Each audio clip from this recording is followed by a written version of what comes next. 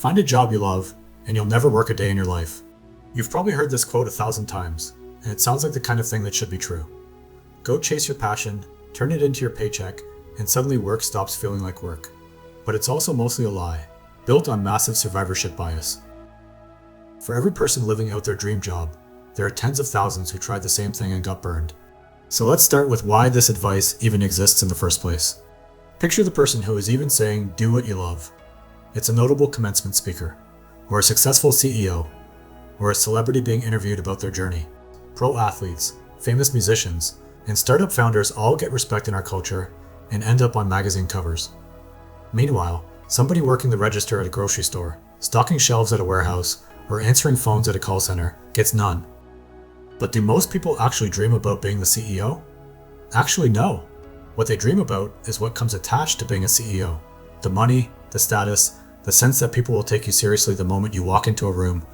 The job itself is more of a vehicle for respect and financial freedom. So maybe we're dreaming more about outcomes than jobs. And that means the actual hour-to-hour, day-to-day experience of the job was never really the point. Which raises the uncomfortable question. If the job itself was never what you wanted, why would you organize your entire life around getting it? Dream jobs, like professional sports, music, film, TV, and video games, all have something in common. An enormous number of people want in, and a tiny number of spots exist. That imbalance doesn't just make these jobs hard to get. It changes what it's like to work in them, even once you're in.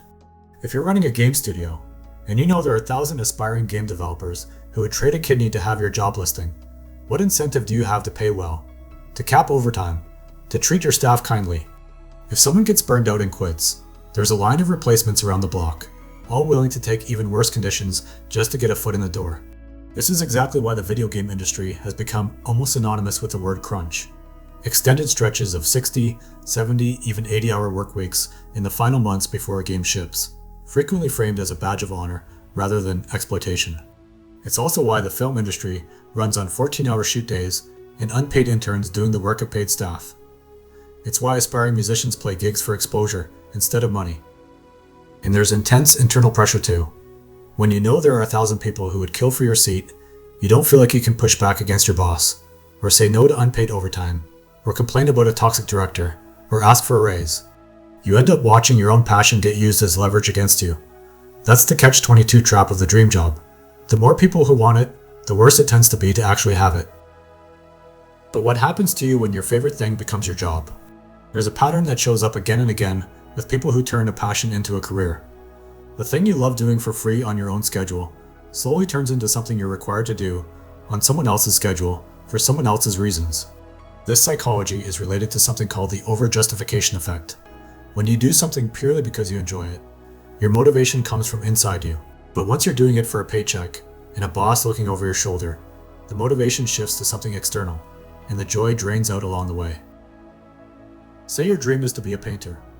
As a hobby, you can pick up a brush when inspiration strikes, paint whatever excites you, and stop whenever you're tired.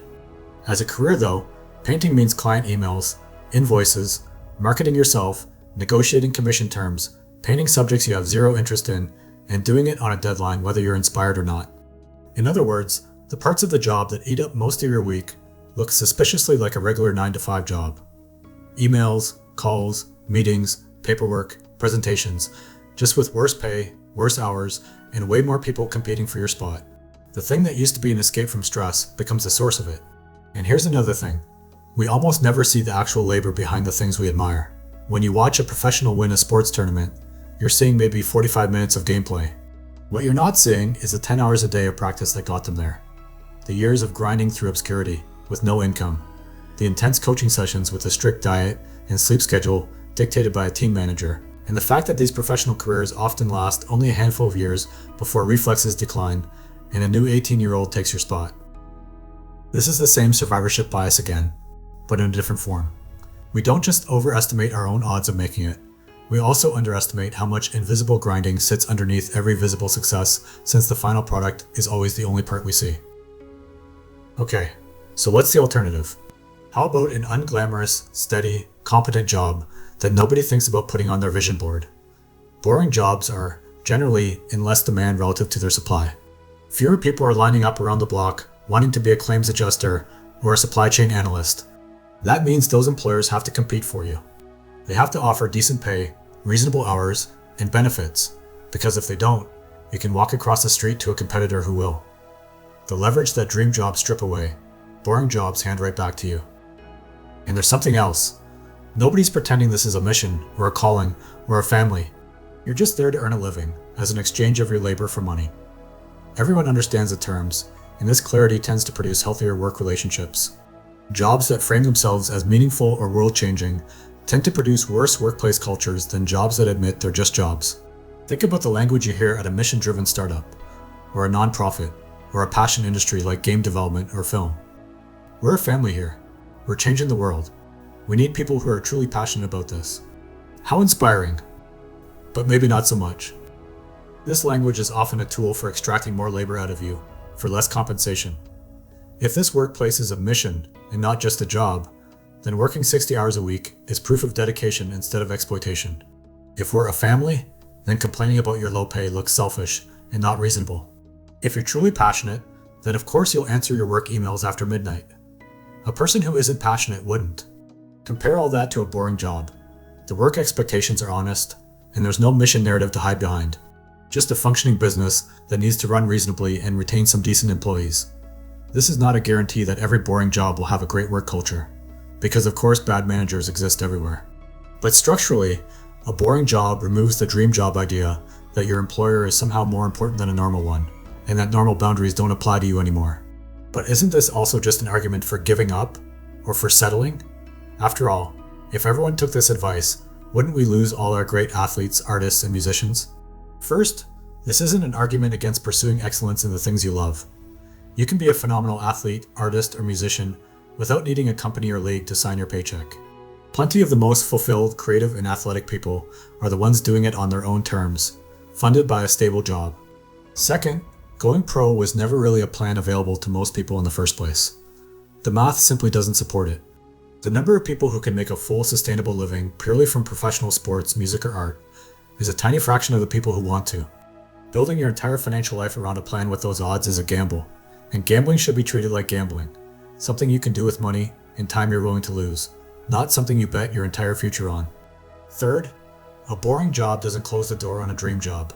If you build up savings, stability, and free time through a steady job, you're in a far stronger position to take a real shot at something ambitious later, on your own terms, without the desperation that makes dream industries so exploitive in the first place. I think a lot of this comes down to a definition problem. We've been taught that a successful life means your notable job and your identity are the same thing. That the ultimate win is being able to say, I am a professional athlete, or a self-made artist, full stop, as your entire personality. But there's another definition of success. A life where you have enough stability, money, and free time to spend your days doing what actually makes you happy, regardless of whether anyone pays you for it, or gives you a title for it, or puts your name in the credits. Under that definition, the boring job person who clocks out at 5, has money in savings, plays in a weekend soccer league they love, paints on Sundays just because they feel like it, and games with friends 3 nights a week without a sponsor watching their stats, might genuinely be living a more successful life than the exhausted, underpaid dream job worker whose passion has been slowly ground down into a stream of anxiety. Success then isn't just the job title you have, it's more about the bigger shape of your daily life. It's in how much of your time is spent doing things you chose, with people you like, without someone else's deadline. You don't need your employer to validate your love of music, or a studio to validate your love of games, or a league to validate your love of sports. Chase a job that pays you fairly, treats you like an adult, and lets you go home at a reasonable hour. Everything else, the guitar, the paintbrush, the console, the cleats, that's all yours. Don't let a paycheck take it from you.